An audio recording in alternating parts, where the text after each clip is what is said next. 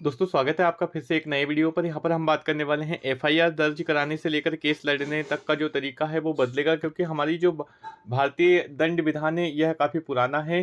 तो अब इसमें क्या कुछ परिवर्तन यहाँ पर किए गए हैं, मैं इस वीडियो में आपको उसके बारे में जानकारी देने वाला हूँ। तो मैं आपको बता देता हूँ कि 1 जुलाई से लेकर पुलिस न्याय व्यवस्था से नए कानून वो होंगे लागू, और इसके केस दर्ज कराने में पुलिस की आनाकानी किस तरह से खत्म होगी और कोर्ट में केस लड़ने में अब नई बातों का ध्यान कैसे रखना होगा, ये सब बातें निकल कर सामने आएगी। अब यहाँ पर हम बात कर लेते हैं सबसे पहले भारतीय न्याय संहिता और भारतीय नागरिक सुरक्षा संहिता, इन दोनों में क्या कुछ अंतर है और इन दोनों की परिभाषाएं क्या है। तो 164 साल पुरानी है हमारी आईपीसी, इंडियन पेनल कोड। तो इसमें 511 धाराएं थी, जो बीएनएस 2023 में 358 बचेंगी।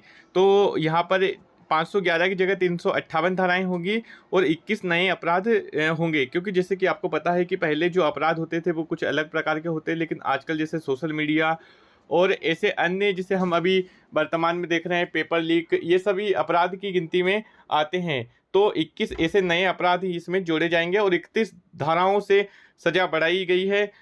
पहली बात, 6 अपराधों में सामुदायिक सेवा की सजा जोड़ी गई है। अब मैं इसकी खासियत बता देता हूं कि भारतीय दंड संहिता की जगह भारतीय न्याय संहिता के नाम से साफ है कि इसमें पीड़ित को न्याय देने पर फोकस है। क्योंकि दोस्तों हमेशा हमने देखा है कि कोर्ट का उद्देश्य जैसे कि किसी अपराधी को एक बार माफ कर देना होता है, लेकिन किसी भी बेगुनाह को सजा नहीं देना उसका उद्देश्य होता है। तो भारतीय नागरिक सुरक्षा संहिता, जिसे हम BNSS कहते हैं, तो जिसमें 484 धाराओं वाली 51 साल पुरानी CRPC की जगह BNSS लागू होगा, जिसका पूरा नाम है भारतीय नागरिक सुरक्षा संहिता, जिसमें 47 नई धाराओं के साथ अब कुल 531 धाराएं होंगी। पहले धारा 154 में होने वाली एफआईआर BNSS में धारा 173 में दर्ज होगी। तो यहाँ पर ये परिवर्तन किया गया है। इसकी खासियत है कि CRPC को दंड प्रक्रिया संहिता कहते थे और अब नए कानून में दंड नहीं बल्कि नागरिक सुरक्षा पर जोर दिया गया है। तो मैं आपको पुनः बता रहा हूँ कि इसमें नागरिक की सुरक्षा को ज़्यादा ध्यान में रखा गया है कि किसी भी बेगुनाह व्यक्ति को सजा ना मिले।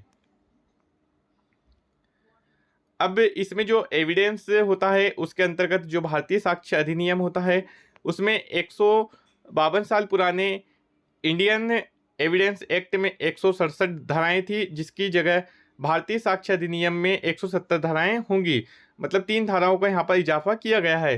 15 नई धाराएं और परिभाषाएं जोड़ी गई है। 24 में संशोधन करते हुए 10 धारा परिभाषाओं को खत्म किया गया है।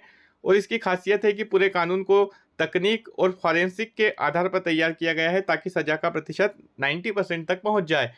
अब फिर से यह बात निकल के सामने आती है कि हमने देखा था कि पहले कुछ अपराध होते थे और अब जो अपराध होते हैं उनमें बहुत सारे अपराधों में परिवर्तन आ गया है। जैसे कि आज के अपराधी मोबाइल का यूज़ करते हैं, टेक्नोलॉजी का यूज़ करते हैं और अन्य अन्य प्रकार के जो क्राइम करने का तरीका है वो यहाँ पर बदल गया है। तो इसमें भी जो गवर्नमेंट है या हमारा जो संविधान है, जो धाराएं हैं, जो दंड संहिता है, इसमें परिवर्तन किया गया है और इससे कहीं ना कहीं फैसलों में तेजी निकल कर सामने आएगी। तो एक्सपर्ट की यदि हम माने तो नए कानून से पीड़ित और पुलिस दोनों ही मजबूत होंगे। तकनीक की ओर अधिक मदद ली जाएगी और सबूत के लिए फॉरेंसिक जांच का दायरा बढ़ाया गया है और इसके अंतर्गत कोर्ट में होने वाले फैसलों में भी तेजी निकल कर सामने आएगी।